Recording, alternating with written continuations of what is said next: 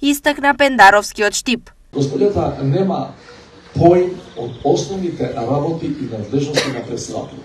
Доказ за тоа се и нејзините одговори. Вели дека е добро нашето членство во НАТО, а вели дека е против ПЕСКО. Вели дека е сакаме да отидеме во Европска унија, вели немаме ништо против европската преговарачка рамка, а не спомнува промена на устав без што не може да се продолжи понатаму. Кај кого ќе завршат гласовите на кандидатите кои испаднаа во првиот круг? Значи, тие што испаднаа ќе си одат со своите политички субјекти на парламентарните избори, ќе видиме како ќе поминат, но во овој другиот дел за претседателските избори да немате никакви дилеми дека најголемиот број од нив сакаат стабилна Македонија, сакаат Македонија со известна иднина и сакаат Македонија да биде интегрирана во развиениот свет пред се во Европа. Никој не сака да се враќа назад во лошото минато. Сепак можни се и измами. Измислија изборни дублери.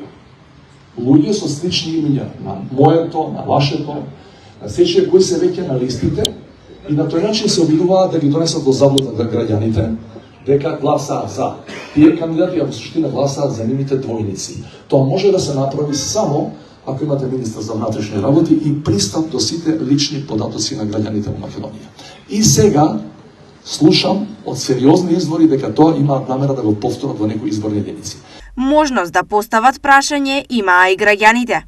Зошто му дозволихте на водителот да ве нарекува професор? Вие сте сепак актуелен председател наш, кој што ќе биде и од 8 натаму. Зошто не ги отварате нечистите петна од минатото на Гордана?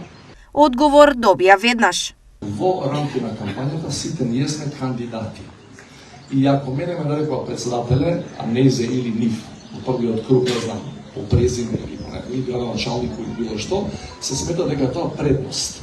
Вчера, буквално, и јас и новинарот ја прашавме токму тоа. Вие ќе се шокирате ако ви кажем што точно таа кажа. Овие ставови Пендаровски ги изнесе на граѓанската средба во Штип.